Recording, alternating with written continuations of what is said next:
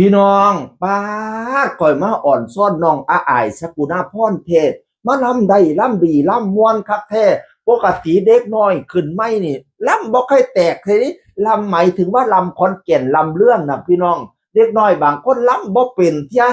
น้องอาอายนี่บ่แม่นลำเป็นซื่อๆลำม่วนพร้อมลำบทโศกโอ้ยคนปาดน้ำตาน้ำ ซุ่มเจ้าเอ๋ยขนาดว่าแจ้งแล้วดิสิเตยล่าแล้วดิข้าเจ้ายังบ่ปลูกบ่ปวดเตยล่าเห็นน้องอาไอล้ำขึ้นคนไปยืนเบิ่งสังหลังปาดน้ำตาน้ำว่าสั่น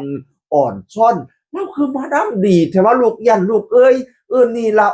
ะคือหมอลำอีหลีพี่น้องหมอลำบ่เป็นหมอเพลงดีผู้ลังคนร้องเพลงเปลี่ยนแต่ว่าลำบ่เปลี่ยนก็เอิ้นหมอลำแต่อันนี้เราลำเปลี่ยนบ่เป็นลำซื่อๆลำเป็นพี่น้องเอ๋ยโอ้ยตั้งแต่กี้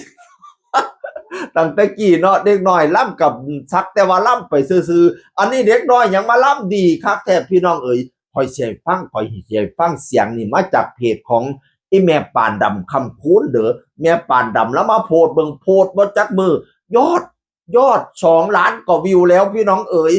มีแต่คนอ่อนซ้อนเล่าไปฟังเล่าล่ำไปฟังเล่าล่ำ ตาของใบเตยย้อย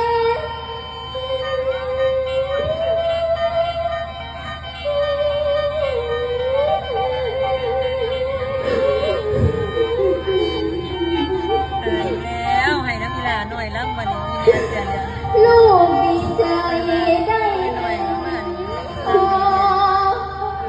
ไอ้พี่น้อง พอคิดสั่งแม่ดอกจันพามาพออีพอ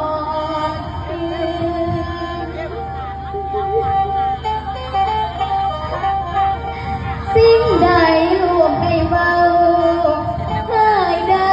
วบ่เหมาะสมไล่พอลงเงินนี้เอาผ้าเทียพอลงบานการกระทำอันแล้วสายพาเขามายกใส่คอลูกพอได้บ่ โอ้ยกดจนสิให้น้ำพี่น้องเอ้ยจนคอยสิให้น้ำมาล้ำดีล้ำมวนแท้อีหล่ะกับเพลงแต่งเนาเอ่ยเห็นบ่อีแม่เสียงเลียงๆน่ะปาดน้ำตาปาดแล้วปาดอีกบ่แม่นแต่เล่าผู้เดียวดิคนยืนอยู่ทางหลังเขาพากันปาดน้ำตาปาดแล้วปาดอีกมาล้ำดีล้ำมวนแท้กำแพงอีแม่ก่อนแก้วเขียวมุดตันน้องอาอายสกุณาพรแห่งหมอลำเสียงวิหกลูกสาวพอนกพงศกรพี่น้องเอ่ยโอ้ยสุดยอด สมกับเราปั่นสมกับเราหักเราหอมอยู่ดอกบ่เฮ็ดให้ย่านุบ่เฮ็ดให้พ่อนกผิดหวังล่ำดีล่ำมวนโยกโปแถมคอยแถมซอยอีก8เซนคะแนนเต็ม10พ่อใหญ่อึ้งให้8แสนมักหลายข่อยเป็นผู้มักล้ำข่อยเป็นบ่เป็นมักร้องเพลงปานใดข่อยมักล้ำเห็นน้องละอายมักแล้วข่อยล้ำข่อยมักเล่าล้ำแล้วข่อยมักให้เดี๋ยวแล้วข่อยสิให้นำบทโศกกับพี่น้องไปเบิ่งเด้อผลงานสุดยอดน้องละอายสกุณาพรพี่น้องเอ่ย การเอนเตอร์เทนหน้าเวทีก็สุดยอดการ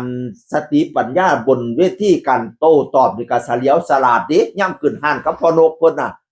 เป็นเด็กน้อยที่มีปฏิภาณไหวพริบที่ดีความสามารถก็เลิศพี่น้องเอ๋ยงานนี้ขอยกนิ้วให้น้องอาอายสกุณาพรแห่งหมอลำเสียงวิหกเสียงอื่นคนเก่าเว้าสู่ฟังสวัสดีครับ